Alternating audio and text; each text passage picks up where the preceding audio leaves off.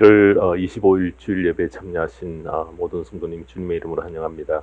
오늘 증거받을 말씀의 제목은 메시아의 세 가지 약속이라는 제목으로 본문의 말씀은 누가복음 4장 14절에서 우리 22절까지 말씀입니다. 우리 함께 합독하시겠습니다. 예수께서 성령의 능력을 입고 갈릴리로 돌아오셨다. 예수의 소문이 사방의 온 지역에 두루 퍼졌다. 그는 유대 사람의 여러 회당에서 가르치셨으며 모든 사람에게서 영광을 받으셨다. 예수께서는 자기가 자라나신 나사렛에 오셔서 늘 하시던 대로 안식일에 회당에 들어가셨다. 그는 성경을 읽으려고 일어서서 예언자 이사야의 두루마리를 건네받아서 그것을 펴시어 이런 말씀이 있는 데를 찾으셨다. 주님의 영이 내게 내리셨다. 주님께서 내게 기름을 부으셔서 가난한 사람에게 기쁜 소식을 전하게 하셨다. 주님께서 나를 보내셔서 포로된 사람들에게 해방을 선포하고 눈먼 사람들에게 눈뜸을 선포하고 억눌린 사람들을 풀어주고 주님의 은혜의 해를 선포하게 하셨다. 예수께서 두루마리를 말아서 시중 드는 사람에게 되돌려 주시고 앉으셨다. 회당에 있는 모든 사람의 눈은 예수께로 쏠렸다. 예수께서 그들에게 말씀하셨다. 이 성경의 말씀이 너희가 듣는 가운데서 오늘 이루어졌다. 사람들은 모두 감탄하고 그의 입에서 나오는 그 은혜로운 말씀에 놀라서 이 사람은 요셉의 아들이 아닌가 하고 말하였다. 아멘. 네, 오늘 이 말씀 가지고 메시아의 세 가지 약속이라는 제목으로 말씀을 전합니다. 예수님께서 광야에서 사단에게 시험을 받으며 시작하신 그 공생의 생활이 한 1년쯤 지나셨을 때에 고향 나사렛으로 돌아오셔서 첫 설교를 하신 내용이 오늘 본문의 내용입니다. 지난 1년 동안 주님의 일정을 간단히 요약한 말씀이 오늘 읽었던 4장 14절에서 15절에서 밝히고 있습니다. 그 말씀을 보시면 예수께서 성령의 능력을 입고 갈릴리로 돌아오셨다. 예수의 소문이 사방의 온 지역에 두루 퍼졌다. 그는 유대 사람의 여러 회당에서 가르치셨으며 모든 사람에게서 영광을 받으셨다. 고향에 돌아오셨어요. 16절에 보면은 자기가 늘 하시던 대로 안식일에 회당에 들어가셨다 이렇게 기록을 하고 있습니다. 당시에 유대인의 신앙생활의 중심이 회당입니다. 오늘 저희들이 매주마다 교회에 모여서 예배 드리듯이 그들은 안식일에 회당에 모여 예배를 함께 드렸습니다. 자, 그런데 회당에서 예배 드리는 모습을 조금 우리가 상상하며 좀 스케치를 해보면은 사회에 보는 분이 구약 성경을 읽고 간단히 그 내용을 요약하여 설명합니다.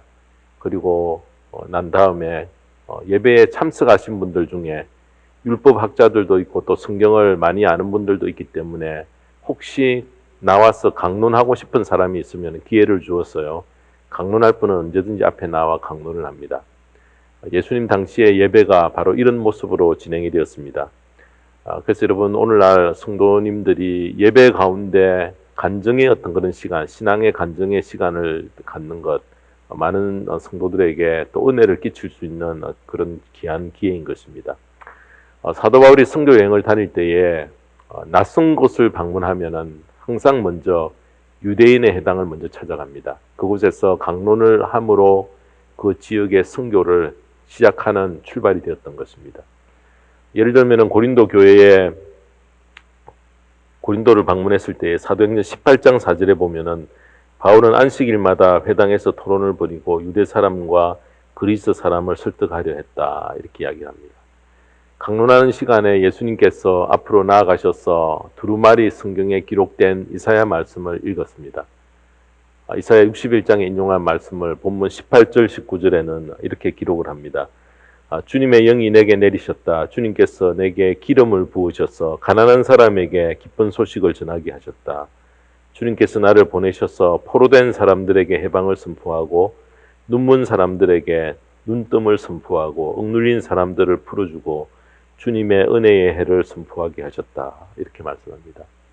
자, 이 말씀을 예언한 이사야는 주님 오시기 700년 전에 활동했던 선지자로 이사야 61장은 훗날에 메시아가 오셔서 행할 사역에 대해서 예언한 귀한 말씀입니다. 자, 그러면서 20절에 보면은 예수께서 두루마리를 말아서 시중 드는 사람들에게 되돌려 주시고 앉으셨다. 회당에 있는 모든 사람의 눈은 예수께로 쏠렸다. 회당의 모든 사람들이 예수님께 시선을 모았을 때에 예수님께서 하신 말씀이 21절입니다. 메시아 되심을 선포하는 아주 중요한 말씀입니다. 예수께서 그들에게 말씀하셨다. 이 성경 말씀이 너희가 듣는 가운데서 오늘 이루어졌다. 이렇게 이야기합니다. 그동안 수많은 예언자와 선지자들이 장차 메시아가 올 것을 예고했는데 바로 그 순간, 그 설교를 하는 그 순간 그것이 성취가 되었다. 이렇게 선포를 하신 것입니다. 예언자들이 예고했던 바로 그 메시아가 회당에 서 계시면서 선포하신 것입니다. 자, 오늘이라고 그렇게 했지만은 오늘이라는 단어를 썼지만 바로 오늘부터 시작된 것은 아닙니다. 벌써부터 왜냐하면 벌써 1년 동안 주님께서 공생의 사역을 계속해 오셨기 때문에 자, 여기서 의미는 내가 옴으로 인하여 새로운 시대가 도래했고 자, 이제는 예언자를 통한 약속한 그 좋은 소식들이 하나하나 모두 성취될 것을 선포하셨던 것입니다. 자, 그래서 예수님에 대한 메시아에 대한 예언의 말씀을 정리하면은 예수님께서 초림으로 이 땅에 오심으로 바로 시작이 되었고요. 지금 계속 그 약속하신 말씀이 성취해가는 것은 과정 중에 있으며 언젠가 예수님이 다시 재림해 오실 때에 모든 것이 완성이 되어진다는 것입니다. 자, 우리는 예수님의 예언이 성취되는 시대에 살기 때문에 자, 이사야를 통해 주신 이 말씀의 혜택은 지금 우리들도 계속 누리고 우리에게도 똑같이 적용되는 그런 말씀입니다. 하나님께서는 메시아가 오셔서 이루실 일을 약속하셨는데 18절 이하를 요약하면은 세 가지로 우리 간추릴 수 있습니다. 첫 번째는 가난한 사람에게 기쁜 소식을 전하게 하셨고요. 두 번째로는 포로된 사람에게 해방을 선포하셨고 세 번째는 눈먼 사람, 억눌린 사람을 풀어주어 주님의 은혜를 선포하게 하신 바로 주님께서 메시아로 오셔서 행하실 세 가지 중요한 사역에 대해서 오늘 이 시간 저희들이 함께 점검받기를 원합니다. 메시아의 세 가지 약속 첫 번째는 가난한 사람에게 기쁜 소식을 전해주셨습니다. 그래서 여러분 가난한 자, 없는 자, 심령이 가난한 자 기죽지 말아야 된다는 것입니다. 가난한 사람에게 전해줄 기쁨의 소식이 뭔가 자 이에 대해서 누가는 주님의 산상보훈 설교를 누가복음 6장 20절에 기록하고 있어서 다음과 같이 그는 인용을 합니다. 너희 가난한 사람들은 복이 있다. 하나님의 나라가 너희의 것이다. 가난한 사람을 향한 그 소식은 하늘나라를 차지하게 될 것을 바로 말씀합니다. 그것이 핵심입니다. 가난한 것은 미덕도 아니고 바랄 일도 아니며 살면서 피하고 싶은 환경이 바로 가난입니다. 자, 그런데 가난한 사람이나 부자나 둘 다 여러분 죄인인 것은 똑같습니다. 가난한 사람이나 부자나 모두 다 돈 욕심에 젖어 있고요. 부자들은 돈을 가졌기 때문에 욕심을 채우며 살아가지만은 가난한 사람은 돈이 없기 때문에 그 욕구를 채우지 못하는 그 차이뿐이고 둘 다 하나님께서 보시기에는 죄인이라는 것입니다. 근데 한 가지 확실한 것은 가난한 사람은 가진 것이 없고 도움이 필요하기 때문에 도움 받을 만한 어떤 능력자를 찾고 더 관심을 갖게 되고 그러다 보니까 하나님을 더 알고 싶어하고 하나님께 더 귀 기울이게 되고 그렇게 하다 보니 주님의 복음을 듣고 믿고 영접할 자리에 나아갈 확률이 훨씬 높다는 것입니다. 자, 이 사실은 짧은 기독교 역사를 가진 우리나라의 기독교 역사에서도 이미 증명된 사실입니다. 만일 지금과 같이 잘 사는 시대에 여러분 복음이 이제 전파가 처음 전파되었다고 하면은 한국 기독교는 이런 놀라운 열매와 결과를 이룰 수가 없었을 것입니다. 여러분 120여 년 전에 한국에 복음이 처음 들어왔을 때 한국은 아주 가난하고 궁핍한 그런 나라였습니다. 두 끼 밥 먹는 것조차 힘들었던 그런 시대였습니다. 그리고 6.25 전쟁을 치르고 잘 살아보세 하면서 새마을 운동인이 또 100만 불 수출 목표를 세우고 허리띠를 졸라매고 또 월남에 파병을 하고 중동에 근로자를 보내고 독일에 강부와 간호사를 보내고 여러분 여전히 그 당시에는 끼니를 걱정해야 되는 가난한 그런 나라였습니다. 자, 그런데 교회 역사를 보면은 공통적인 현상은 그렇게 가난할 때에 사람들은 복음을 잘 받아들인다는 것입니다. 교회가 성장하고 부흥하여 1990년대에 접어들어 국민소득이 만 불이 넘어갔을 때에 사람들은 신앙으로부터 멀어지기 시작했고요. 신앙의 관심 밖으로 밀려나서 신앙은 매력을 잃어버리는 것이 되었습니다. 그리고 한국교회도 그때부터 성장이 하향 곡선을 그리기 시작했던 것입니다. 여러분, 우리 주위에 유명인사들, 또 경제적으로 풍요를 누리시는 분들, 사업에 성공하신 분들이 계신데, 이런 분들을 자세히 보시면 자신의 능력으로 스스로 인생을 개척하고 자수성가로 성공을 했기 때문에 누군가를 의지하고 신세지는 것 아주 끓입니다. 어쨌든 사람이 가진 것이 많으면은 남의 도움을 별로 필요로 하지 않고요. 그 대상이 하나님이 되더라도 하나님 나를 도와주세요 라는 말이 잘 나오지 않는다는 것입니다. 여러분, 그런 분이 암에 걸렸어도 여러분 지푸라기를 붙잡아야 될 그런 상황에라도 하나님을 찾지 않는 경우들이 참 많습니다. 그런 분들은 오히려 가난한 사람들은 하나님의 음성에 귀 기울이기 쉬우므로 그들에게 복이 있다, 기쁨의 소식이 전해진다라는 것입니다. 지금도 가난 때문에 싸워야 하고 경제적인 자유를 누리기 위해 힘든 시간을 보내고 계신 분들이 계실 줄 압니다. 그런데 가난이라는 것은 절대 좋은 것도 아니고요. 환영해야 할 것은 더더욱 아닙니다. 그러나 가난이 인생 전체를 볼 때에 유익을 줄 수 있는 딱 한 가지가 있습니다. 감사거리가 될 요소가 그 속에 숨겨져 있다, 그렇게 말하면은 인정하고 믿을 분이 거의 없을 것입니다. 우리 주위에 보면은 사업 실패로 하나님을 찾게 된 분이 계시고요. 또 직장을 잃었기 때문에 의지할 구석을 찾다가 하나님을 만나게 되었고, 또 경제적인 궁핍 가운데 있기 때문에 기도에 열심을 내며 하나님을 더욱 의지하게 된 분이 분명히 있습니다. 모두 다 소유하고 풍족하고 잘 나갔다고 하면은 오늘 이 자리에 우리 모두도 있지 않을 것입니다. 그래서 주님은 특별히 가난한 자에게 기쁜 소식을 전해주셨습니다. 여기서 가난은 물질적인 가난뿐만 아니라 심령의 가난을 함께 포함합니다. 그래서 팔복 중에 첫 번째로 심령이 가난한 자는 천국이 저희 것이다, 이렇게 우리에게 말씀하셨습니다. 가난을 우리는 나에게 괴로움을 주므로 피하려고만 하지만은 단 한 가지, 가난 속에는 훗날 우리가 감사해야 할 요소가 꼭꼭 숨겨져 있음을 우리들이 꼭 기억을 하십시다. 경제적으로 어려움이 없었다면 평생 동안 잘 먹고 잘 사는데 모든 시선을 다 뺏기고 살 수밖에 없습니다. 자, 그 후에 어떻게 되겠습니까? 죽음 앞에서 모든 것 다 내려놓고 영원한 멸망에 빠질 것인데, 그래도 내가 이런 가난에서 벗어나려 하다가 주님을 만나게 되었고 예수를 믿게 되어 하나님의 자녀된 경우가 얼마나 많습니까? 자, 그래서 가난을 감사해야 합니다.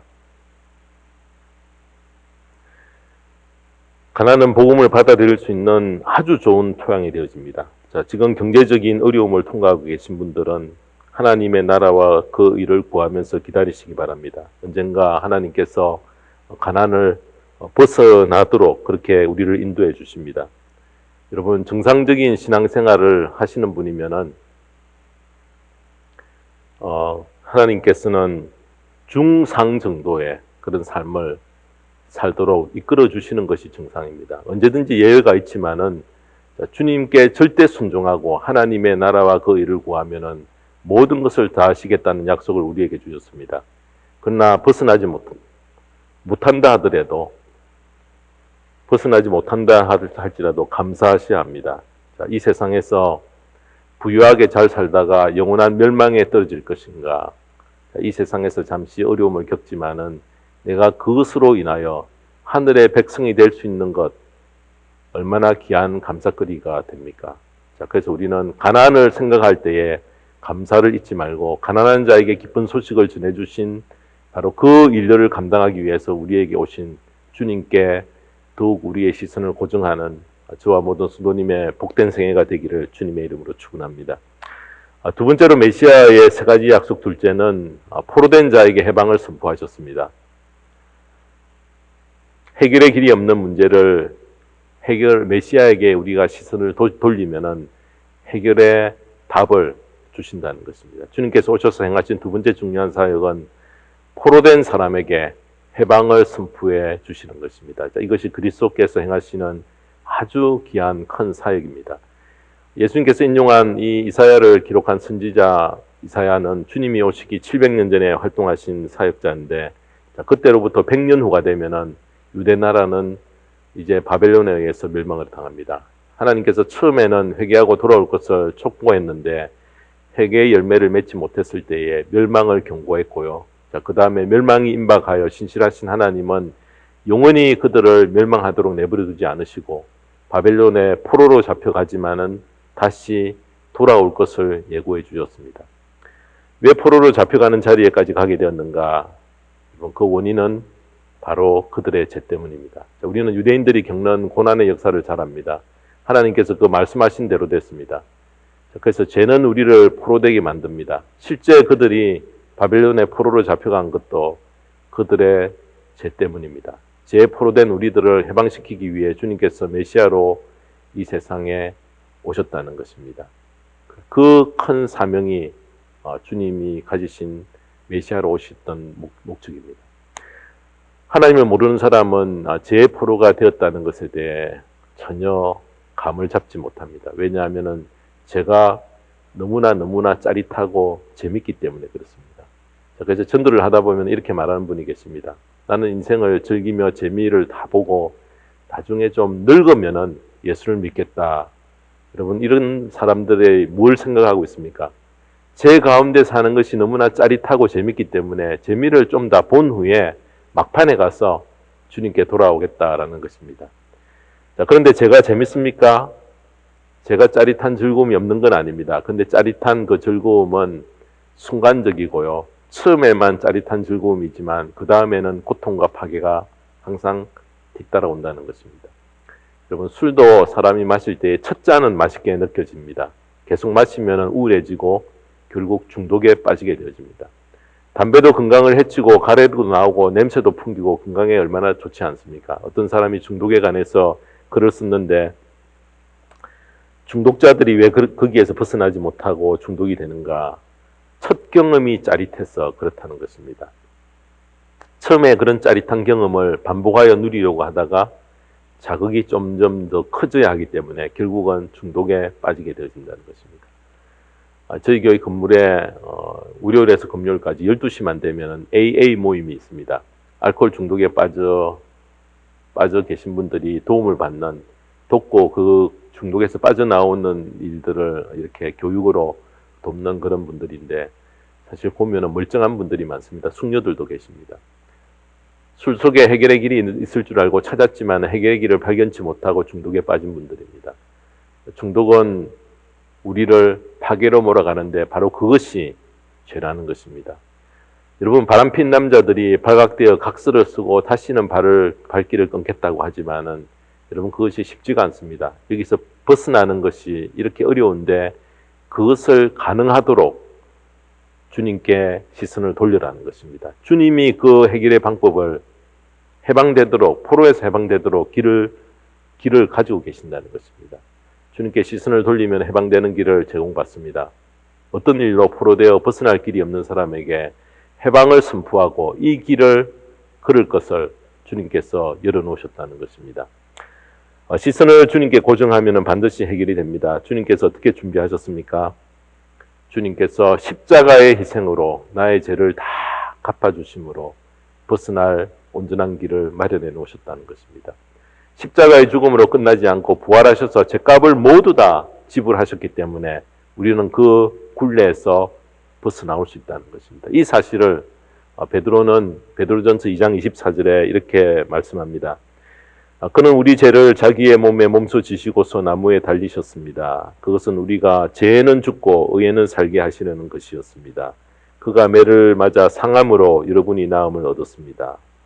예수님이 오신 목적이 바로 이것입니다. 나의 시선을 주님께 고정하면은 나의 영안을 밝혀서 헛된 것에서 벗어나게 하시고, 이 포로된 종살이에서 벗어나게 하시려고 주님께서 우리를 찾아 메시아로 오셨다는 것입니다. 어떻게 벗어나는가? 우리가 이 몸을 입고 육신에 갇혀 있는 동안은 제 유혹에 늘 끌려다닙니다. 그러나 그 부활 길을 열어놓으셨는데 그것은 주님이 가셔서 우리에게 보내주신 성령을 우리가 모심으로 성령 충만함으로 성령의 인도를 받으면 바로 그 길이 열리게 되어진다는 것입니다. 하늘을 유유자적하게 나는 독수리 얼마나 무겁습니까? 여러분, 독수리들이 그냥 몸만 이렇게 공중에 있으면 반드시 중력으로 땅에 떨어지게 되어집니다. 그러나 중력을 그들이 느끼지 못하는 것은 날개가 있기 때문에 그렇습니다. 전혀 중력을 의식하지 못하고 날아갑니다. 그러나 만약 총에 맞아서 날개를 다치면은 그는 땅에 떨어지고 맙니다. 우리도 성령 충만할 것 같으면은 죄를 의식할 필요가 없습니다. 자유롭게 살 수 있습니다. 그러나 성령 충만하지 않으면은 다시 땅으로 추락하는 것입니다. 우리가 죄 가운데 사는 것 짜릿한 즐거움을 줄 수 있지만 그것이 절대 행복을 주지도 않고 기쁨을 주지도 않습니다. 우리를 계속 얽매이게 하는 데서 벗어나게 하는 것이 뭔가 바로 주님밖에 없다는 것입니다. 예수님 모르는 사람들, 죄의 노예가 되어 있다고 느끼는 분들은 예수님 영접하셔서 자유함을 맛보시고요.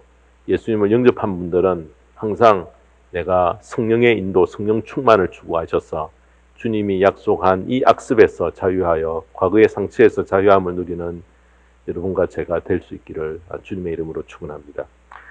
마지막 세 번째로 메시아의 세 가지 약속, 세 번째는 눈먼 사람의 눈을 뜨도록 억눌린 사람을 풀어주도록 그렇게 사명을 받고 이 땅에 오셨습니다. 예수님께서 세상에 오셔서 육신적으로 앞을 못 보는 장님들의 눈을 뜨게 하셨지만은 본문에서 눈을 뜨는 것은 영안을 밝히는 것을 말합니다. 우리 주위에 참으로 답답한 경우가 참 많습니다. 사는 것을 보면은 기쁨과 행복과 즐거움을 전혀 누리지 못하고 항상 염려와 두려움과 걱정 가운데 쫓기듯 사는 분들이 있는데 왜 그런 삶을 청산하지 못하고 계속 되는가? 영안이 어두워서 그렇습니다. 사단에게 속고 있어서 그렇습니다. 예수님께서 요한복음 8장 44절에 사탄에 대해서 이렇게 말씀합니다. 너희는 너희 아비인 악마에게서 났으며 또 그 아비의 욕망대로 하려고 한다. 그는 처음부터 살인자였다. 또 그는 진리 편에 있지 않다. 그것은 그 속에 진리가 없기 때문이다. 그가 거짓말을 할 때에는 본성에서 그렇게 하는 것이다. 그는 거짓말쟁이이며 거짓의 아비이기 때문이다. 사탄은 입만 열면 거짓을 말합니다. 거짓을 말해 이득을 누리는 것도 아닌데 거짓말하는 것이 본성이 되어버렸고요. 자기의 삶의 습관이 되어버렸습니다. 그런데 이런 사탄의 속임수에 눈이 멀어져 넘어간 분들이 의외로 우리 주변에 참 많다는 것입니다. 우리 중에 이런 생각을 품은 분은 사탄의 게임에 빠져 있다 그렇게 말할 수 있습니다. 몇 가지 예를 들면은 돈만 있으면 만사가 해결돼. 또 돈만 있으면 행복하게 살 수 있어. 내가 돈만 있으면 걱정이 다 사라질 것 같다라는 그런 생각을 마음에 가져보신 적이 있습니까? 이런 생각은 사탄이 넣어주는 생각입니다. 돈을 많이 번 분들이 마지막 임종 때에 더 많은 돈을 못 번 것, 유감이다. 이렇게 후회하며 세상을 떠나는 분은 없습니다. 돈에 너무 집착하다가 내 인생이 파괴되었구나. 이렇게 말하지. 좀 더 벌 걸, 좀 더 벌어서 못 벌어서 너무 억울해 하는 그렇게 말하고 세상을 떠나는 사람이 없다는 것입니다. 돈의 여유를 가진다는 것은 풍요를 주는 것이지 그 자체가 행복을 누리게 되는 것은 아니라는 것입니다. 자, 그러다가 예수님을 진정으로 만나니 눈에 비늘이 벗겨지면은 영안이 열리면은 이제 바른 분별을 하게 되어집니다. 왜 사람들이 혼돈 가운데 살고 있는지, 무엇이 실상이고 무엇이 허구인지, 무엇이 가짜이고 무엇이 진짜인지 눈을 뜨게 하시는 분이 바로 주님이십니다. 우리가 가짜만 들고 있으면은 뭐가 진짜인지 모릅니다. 진짜를 봐야 가짜를 구별할 수 있습니다. 예수님을 진정으로 만나기 전까지는 진짜를 봤다라고 말할 수 없다는 것입니다. 그래서 예수 안 믿는 사람들은 예수 믿는 사람들을 이해를 못합니다. 예수 믿는 사람들은 계속 성령께서 우리의 눈을 열어주시기 때문에 우리는 예수 안 믿는 사람을 이해를 합니다. 사도 바울은 고린도전서 2장 15절에 이렇게 말합니다. 신령한 사람은 모든 것을 판단하나 자기는 아무에게도 판단을 받지 않습니다. 여기서 신령하다는 것은 진리의 영을 받고 성령을 모시고 사는 것을 말합니다. 그래서 우리는 이 진리를 만나기 전까지는 인생을 온통 낭비하다가 멸망에 떨어집니다. 진리가 보인다는 건 너무나 좋습니다. 거짓말이 보이고 허구가 보인다는 것, 하나님께서는 길이요 진리요 생명 되시기 때문에 우리가 하나님 앞에 반드시 나아가면은 이 구분들을 반드시 할 수 있게 해주신다는 것입니다. 자, 이분이 우리로 하여금 진리를 보게 하십니다. 우리의 눈을 떠야지 모든 것을 보기 시작합니다. 공부로 생각하지 마시고, 그래서 여러분 우리가 성경을 통해서 하나님을 점차 알아갑니다. 우리는 하나님의 관점을 보면 되고 예수님의 생각을 배워가면 됩니다. 우리가 사단에 속아서 이상한 생각을 하고 혼돈 가운데서 빠져나오는 길은 우리가 말씀을 공부하는 그런 과정을 통해서 가능하다는 것입니다. 주님께 시선을 집중하면 진리신 하나님을 깊이 알고 눈이 비로소 열리게 되어진다는 것입니다. 자, 우리 중에 이런 혼돈 가운데 계시면은 주님께로 시선을 집중할 수 있기를 바랍니다.